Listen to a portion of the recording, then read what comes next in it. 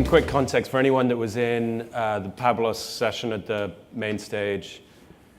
He showed a chart of the exponential growth of humanity, and he showed that chart in the context of saying all of the challenges that that creates. This panel is going to be more about the opportunity side of that. How do you use the fact that there are many, many capable people in the world to get behind the thing that you're trying to achieve?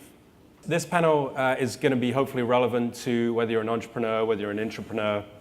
So we thought we'd spend some time talking about what it takes to scale initiatives and some of the dynamics that are required to scale initiatives. Some quick context: my name is Sebastian Buck. I'm a co-founder of ENSO with Kirk. ENSO is a mission-driven creative studio. We help brands and organizations scale initiatives and align interests between what they're trying to do as a company or as an organization and what people care about. I'll ask each of the panelists to give a quick context as to what they're working on right now, and then we'll get into some questions. One caveat before I do that is we're not going to spend a ton of time talking about the criteria of what a movement is. There's a lot of talk about movements in culture, and people have some quite set opinions. With the Obama campaign's a movement. Has Nike's marketing sparked movement? Is Black Lives Matter a movement, etc.? We're not going to talk too much about the semantics of it. We're going to talk more about how do you scale ideas in culture and achieve things of consequence. So with that, Dale, I know you were just here, but would you mind just giving a quick context as to Make a Movement and what you're working on? I started Make Magazine and Maker Faire and sort of helped spread some of this idea of maker. And I think, I don't think of myself as starting a movement. I think a movement grew up with this as people began to identify and participate. And it meant something to them, personally. It helped define who they are and connect them to other people with, shared values. And I think that, for me is good enough. People will ask, well, what's the agenda? If it's a movement, does it have an agenda? Is it going somewhere? And I kind of see myself, to some degree, a participant, but also an observer and seeing things happening in it without necessarily trying to forecast this is what it should be or what it has to be. And so there's almost a role of stewardship around a movement. But I think it has to be not about you, or a company or other things. It has to be a way to allow lots of people to participate and define their participation in ways that are meaningful to them. You could debate this or that just as is this person a maker and is that person a maker? And I kind of like to avoid that because if you self-identify as a maker or you see this as something you're interested, whether you're doing craft or high technology, it's fine for my purposes that you do. So I think it is leading to some kind of collaborative or cooperative working and playing together that I think is important. But that's kind of where we are today. Great, thank you. Kirk. I'm Kirk.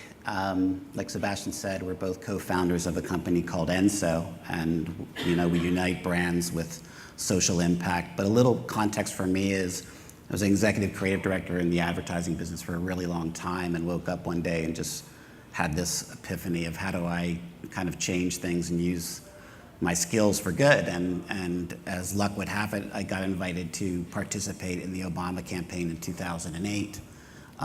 As a creative in that endeavor, and for the first time I got to experience the collision of three really powerful forces: strategy and creative, which I had been used to, but this other one called movement building by people who really knew how to do that. It was a science for them and they knew how to do it, and with the new digital sphere, it opened up this whole other realm for how to build movements.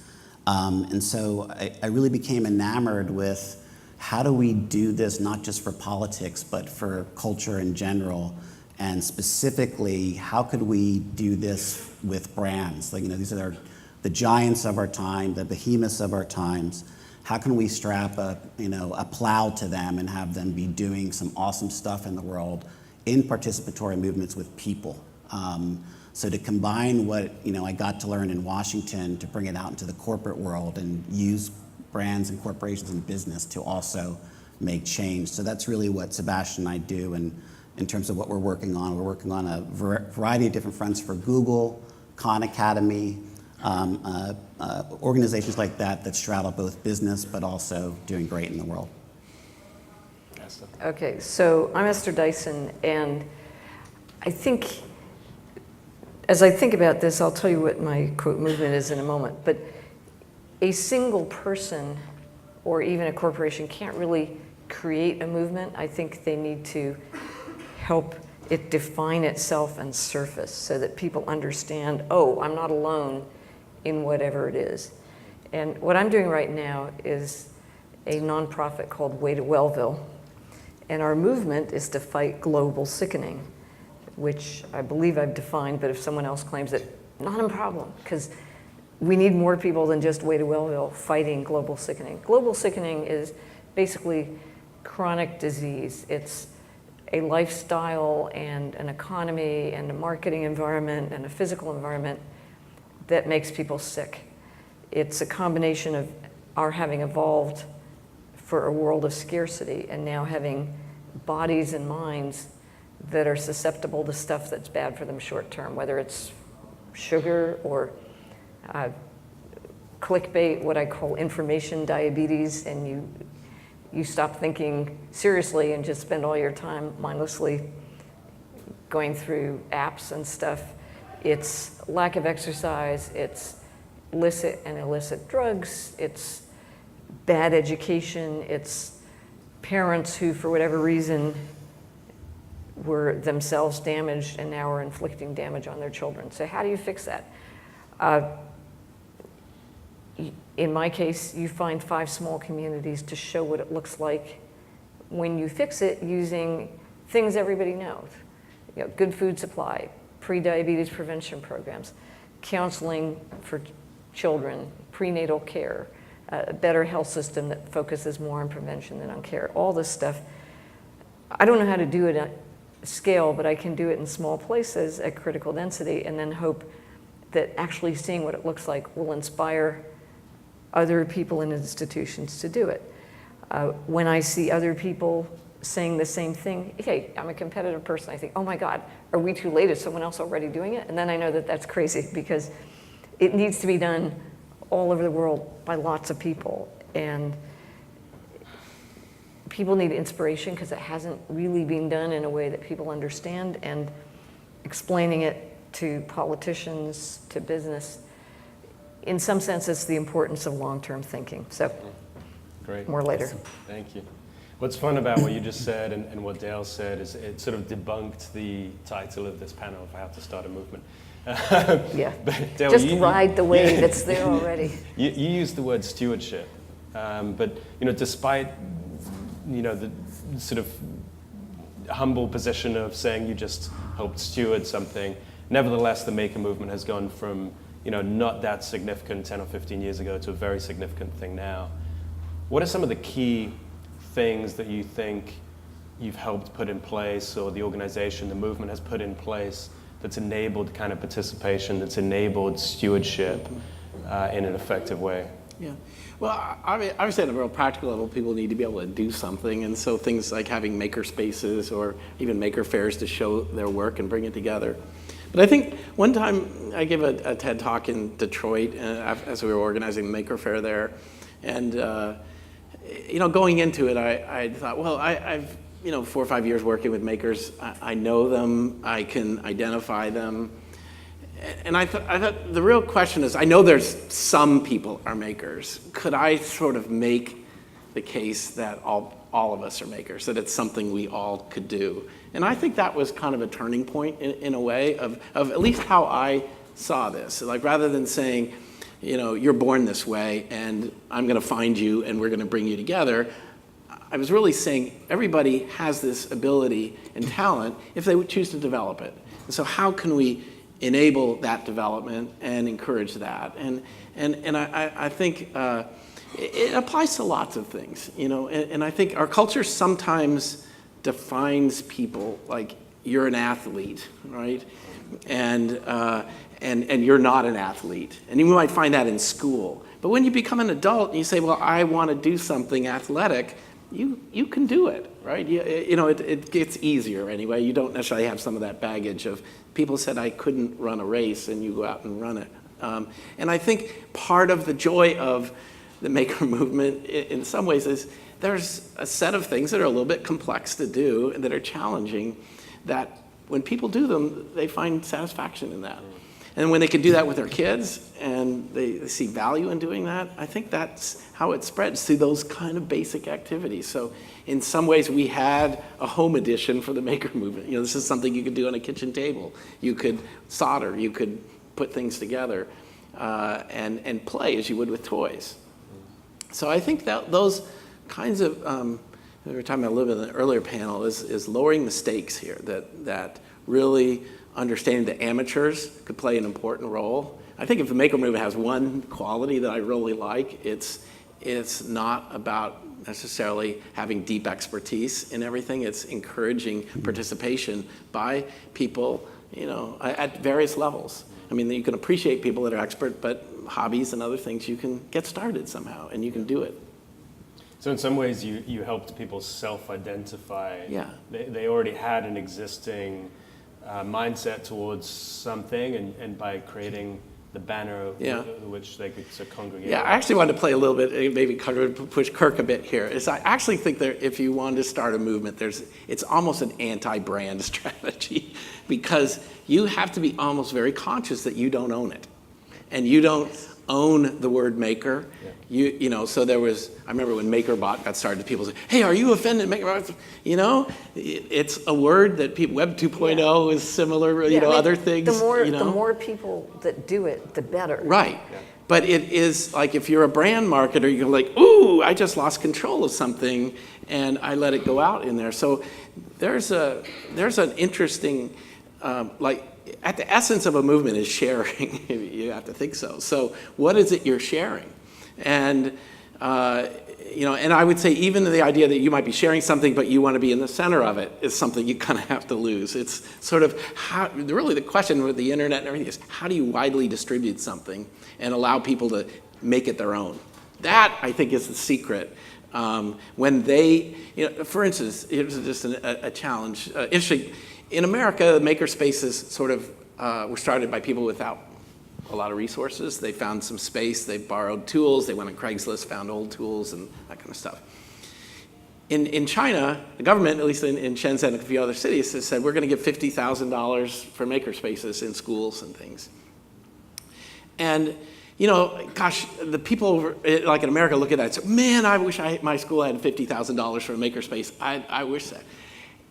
But I think our maker spaces are better because they had to figure all those things out, and they had to get the community invested in it, and those donations and all that made it theirs. Whereas this one, their problem is now, how do we get the community in? How do we have tools, we have space, but what is the purpose of this?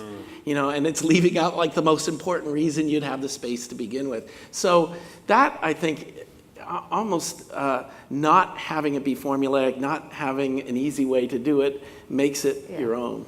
I mean, it's like this wonderful, horrible ad for, I think, Forbes magazine 40 years ago, and they had a person with the cap of his head was open, and they were pouring in information. And, it's like, no, that's not how you get information. It's actually an active process on the person's part, whether it's, you can't pour a movement into somebody, you can't pour education into them. Esther, you've talked about, I think there's a perspective that some people hold that movements in some ways are very much at odds with business, that they're at some distance from business. In some ways, movements are about rebellion from capitalism, etc.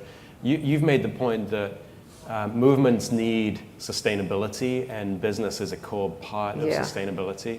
Can you talk a little bit about that? Sure, partly because what we're doing, in a sense, it's not a movement. We're trying to change the environment, even for people who are, we don't need no stinking healthcare. Get out of my face, because they're busy, they have no time, they may be addicted. I mean, so we're trying to change the environment around them. And to make things, movements are great for people who want to join the movement. When the movement is enforced on them, it's like the movement in China. You be a communist or else. Right. To make things happen with people who are either resistant or simply too busy or too stressed, the people who do these things, they need accountability. Cultivating health, it's not handing out pamphlets, giving everybody a Fitbit and saying, show some self-discipline. It's, let's change the environment. Let's fix the school food. Let's put in bicycle lanes. Let's actually re-engineer the physical environment. Let's go negotiate with Walmart and figure out how to subsidize vegetables and tax sugar. It requires political buy-in, and it requires people to be accountable. Just like in Silicon Valley, we're not taking tech into these communities as much as we're taking accountability. Have a business plan, then you can expect somebody to fund you, because you can show if you invest in prenatal care, you actually save money in the neonatal intensive care unit, and the kids are less of a, you have fewer kids who are problems in grade school. But you need a business plan. You need someone to say, I promise to do this, give me this amount of money, and ideally you get some benevolent billionaire to guarantee it.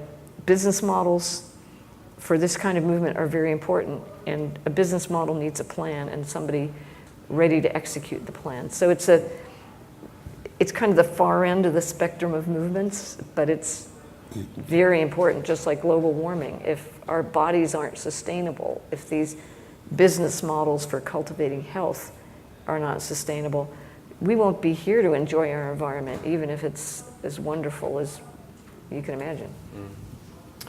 So Kirk, you mentioned you've had a background working with major brands.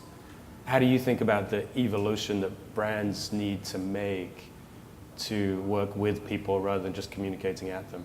And support sustainable health. We'll talk later.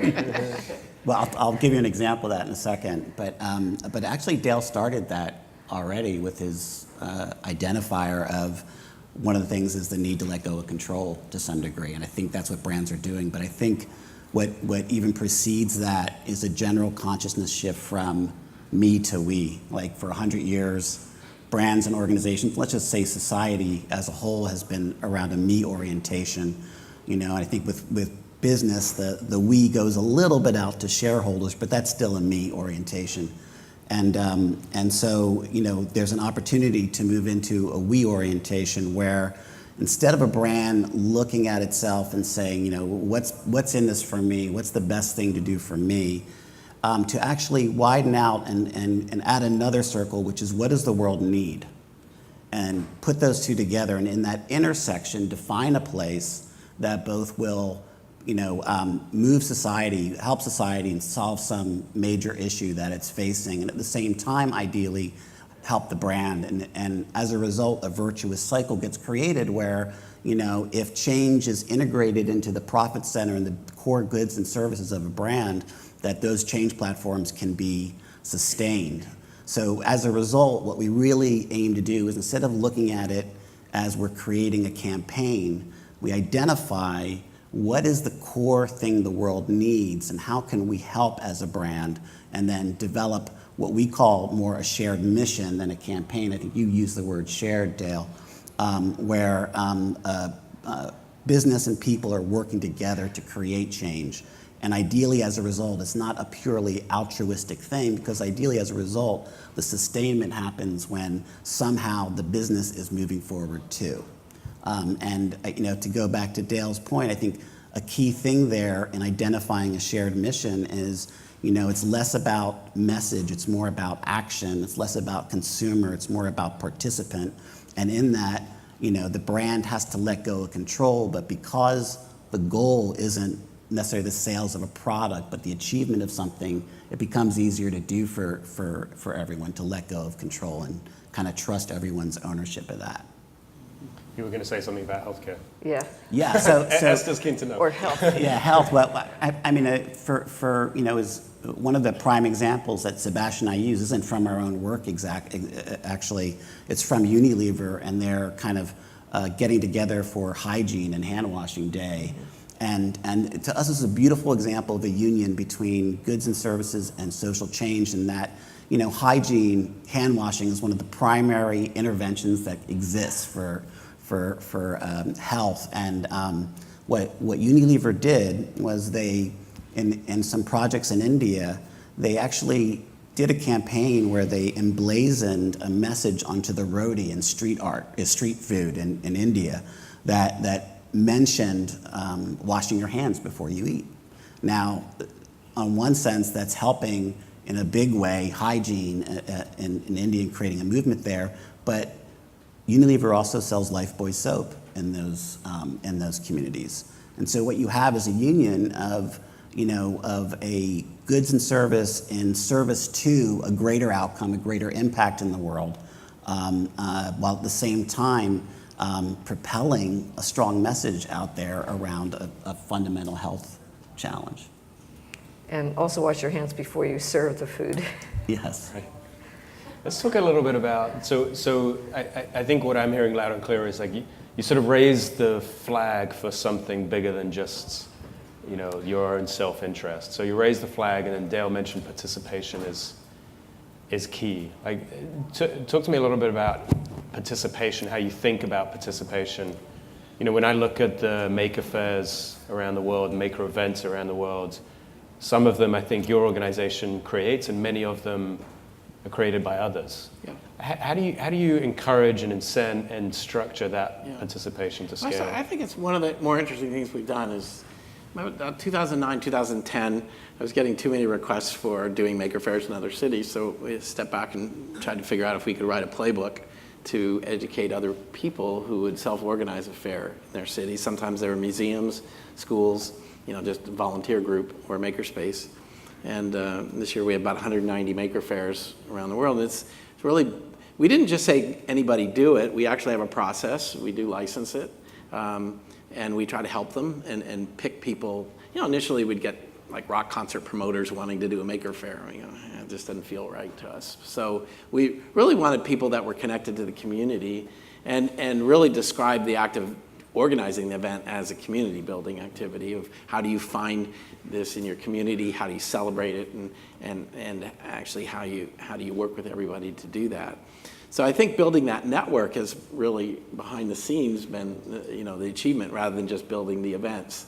But I think part of that is sort of giving people a model that they can replicate, that they can follow and be good at doing something that's important to them, so they don't have to start it from scratch. And being connected to something that is not just them doing an independent event, but being connected also seemed to be important as well.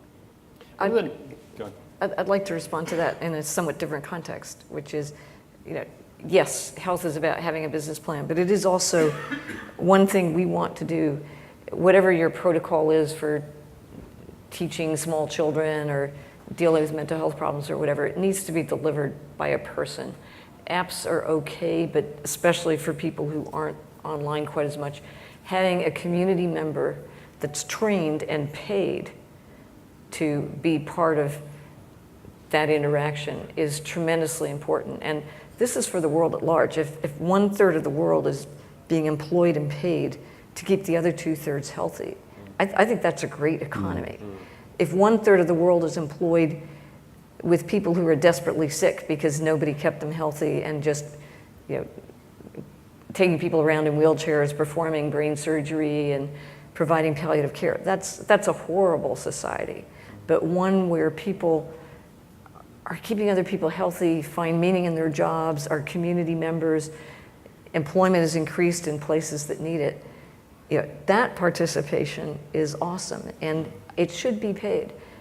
These are people often who need money, and the fact that it's work does not mean that it's not meaningful or that the human relations aren't meaningful, but it means you get dignity and money for performing the amazing service of keeping people healthy and productive.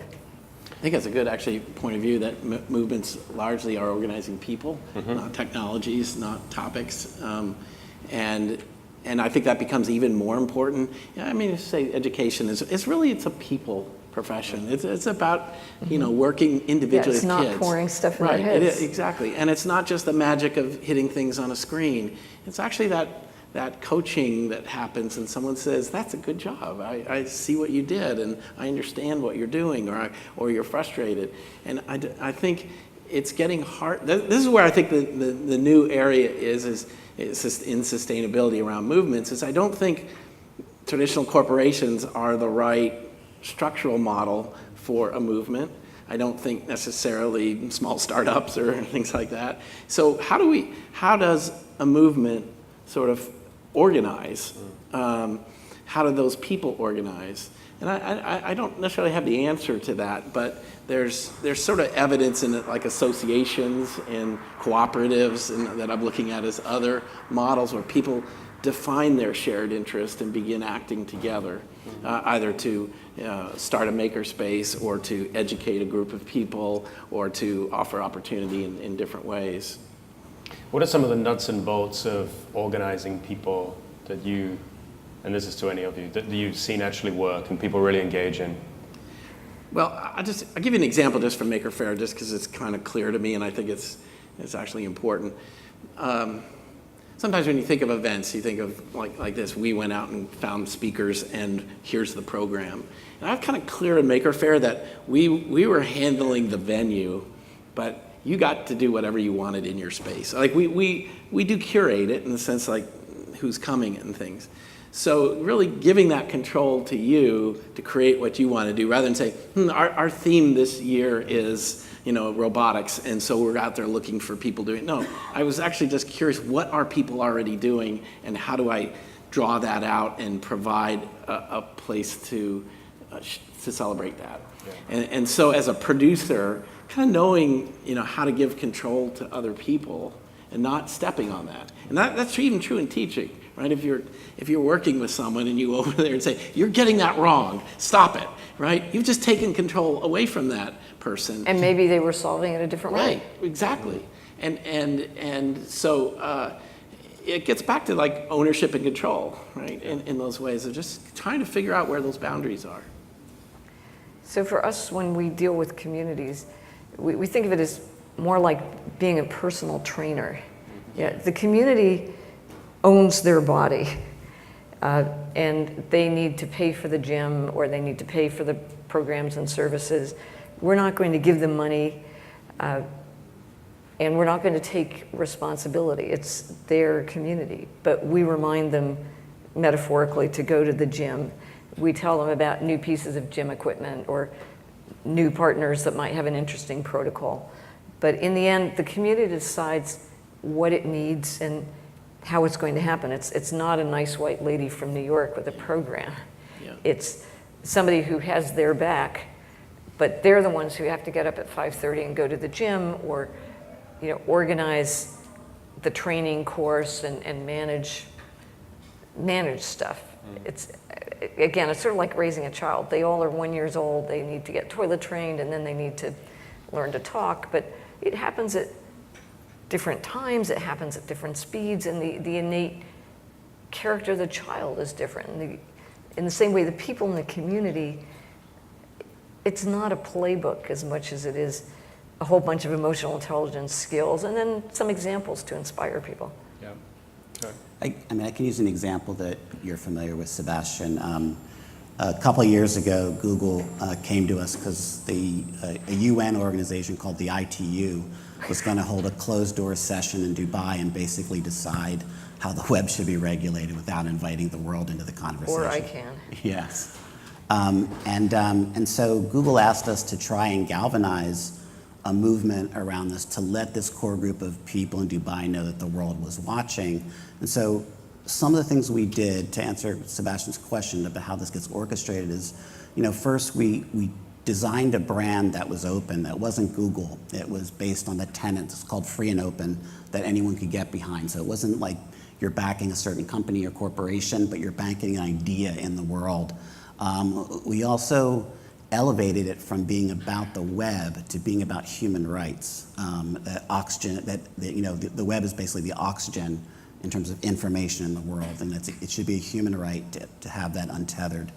And then we used, a fellow named Marshall Gantz from Harvard, his basic rallying principles to engage student ambassadors around the world to create their own mini movements around this idea that I think our key message was a free and open web depends on a free and open world, and a free and open world depends on me. So people could take that, create their own movements all around the world, which they did, every continent, virtually every country.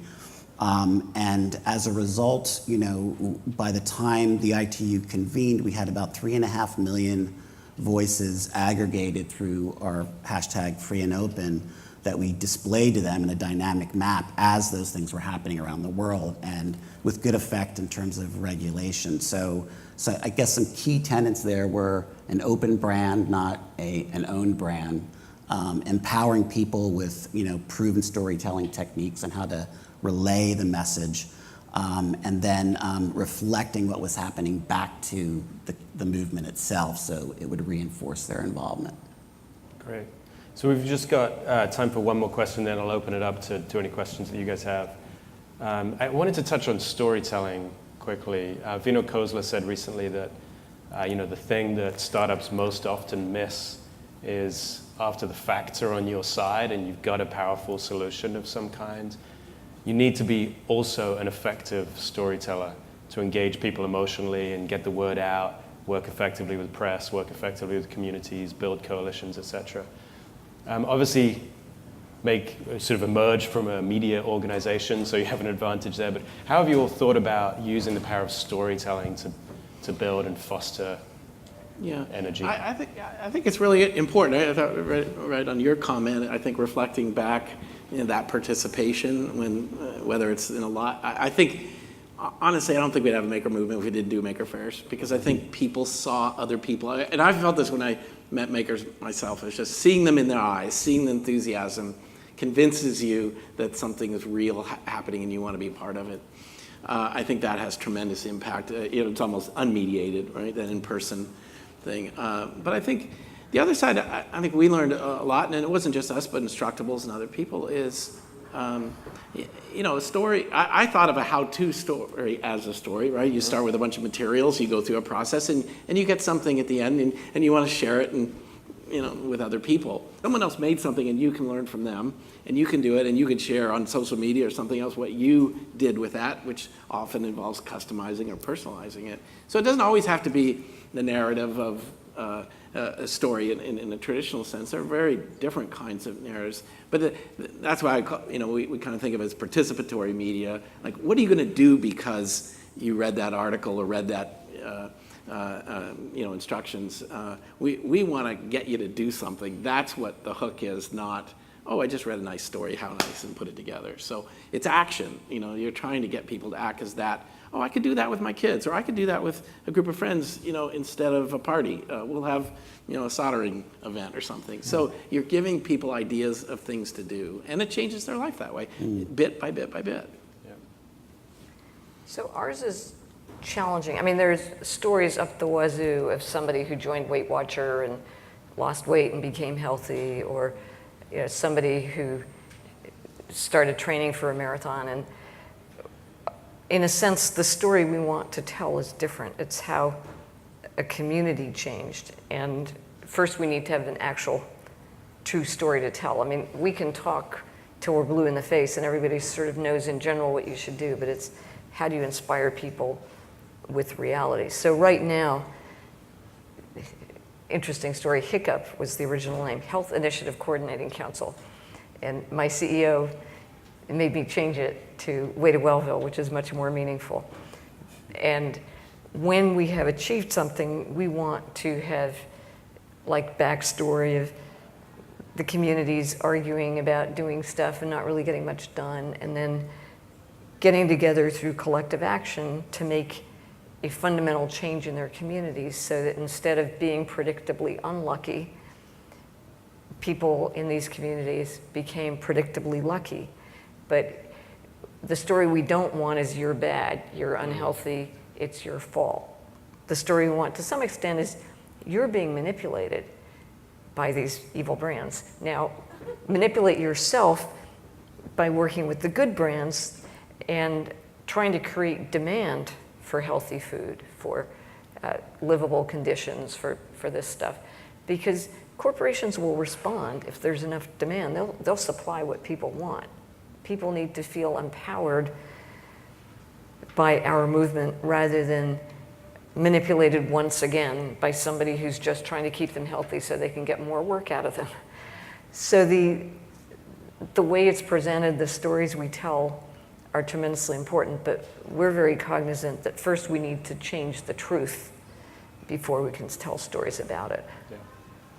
How do you think about the power of storytelling and using storytelling? Well, I mean, for me, the really exciting thing about storytelling right now as it impacts this idea of movements is the decentralization of storytelling from a top-down to an empowering people to tell their own stories as part of it, and kind of looking at the only thing that comes from the top is a basic template, but then letting people have control of how they're going to tell that story. Like one of the, I think our favorite examples is the It Gets Better campaign and movement, where the real power of that, yes, you had Obama do one, you had a couple of other people of fame do one, but then everyone started to put their own stories up on the platform to give other people in the gay community the strength and courage to keep going based on their own story of what they did when they kept going. So I think that is a pretty good template for movement building in general, to let go of storytelling in terms of a top-down thing and have it be decentralized. Just out of curiosity, did you curate that at all? No. So when people put... That wasn't our project. Okay. Yeah. I think they curated it was a broad kind of call out to everybody who wanted to participate could. And then they curated in terms of what they, helped amplify. Yeah, okay. All right, so with that, we've got about 5 minutes left. If anyone has any questions, just raise your hand and I think we'll get a mic. Start a movement. Do you guys think that, opposition or disruption or defining some sort of opposition to the movement is important, or can it survive on just the mission alone? I'm happy to answer that, what these guys think. I think clearly like one way of forming energy is opposition to something bad that we can all push against, right? That's a proven model for energizing people. I think another, for me personally, more exciting way of doing it is to set a shared intention of something great that we can all work towards. I think if you look at for instance, the Obama campaigns, it was more about what is possible if we work together. I think, if you look in politics, it's berating the status quo. Or the other person, like right now. I mean, I don't think anybody really appreciates what's happening in politics right now, whatever side they're on. But I do know how to create world peace. An extraterrestrial invasion. Awesome.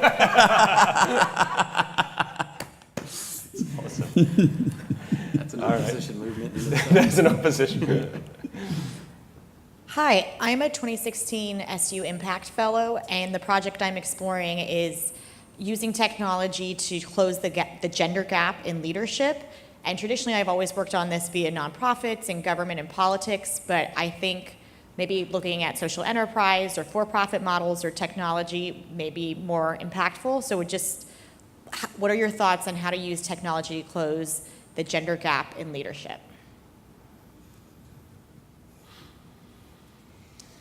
Well, I almost just don't, I have to say I don't like the way the question's formulated, because technology is just sort of a means to those ends, and there are lots of,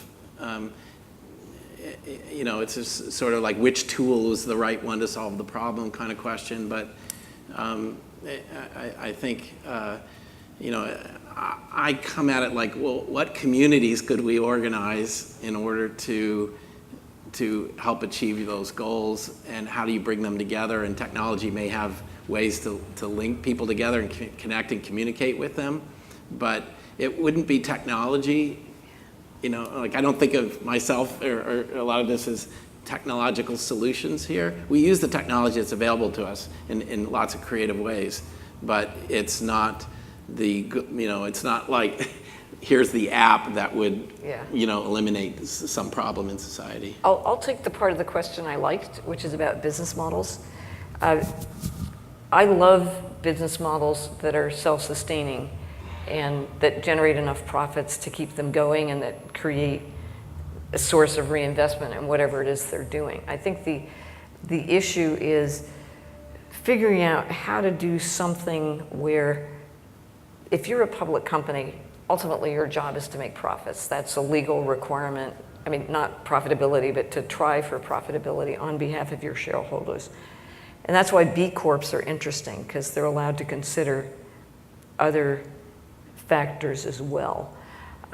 As the world changes fundamentally and we have crowdsourcing and we have B Corps and fewer companies are going public, I think it's time to reconsider what the legal requirements are of being a publicly owned company so that you can have as part of your corporate charter that you think not just for the next quarter, but for the next 20 years that you're, so in a sense, we need a new business model that needs to be crisp enough that it can't be totally mangled by bad people. And it's a really interesting question that I think you should have a panel on again next year. Yeah. I like to respond with one potential way of looking at it too, which is, in reference to your question, more and more we're seeing technology as things that help us with empathy, things that help us understand our biases. And so could technologies like VR and feedback mechanisms actually help people become more aware of the biases they actually have as it pertains to these things? I mean, if I could walk into a business meeting in VR as a woman as opposed to a man and experience the difference, the difference in that, how might that impact how people feel about those things? So maybe there is a technology play for that. Awesome. Well, unfortunately, we're out of time. I think we'll probably all be around a little bit afterwards. Otherwise, thank you very much for being here, and thank you to our panelists. Thank you.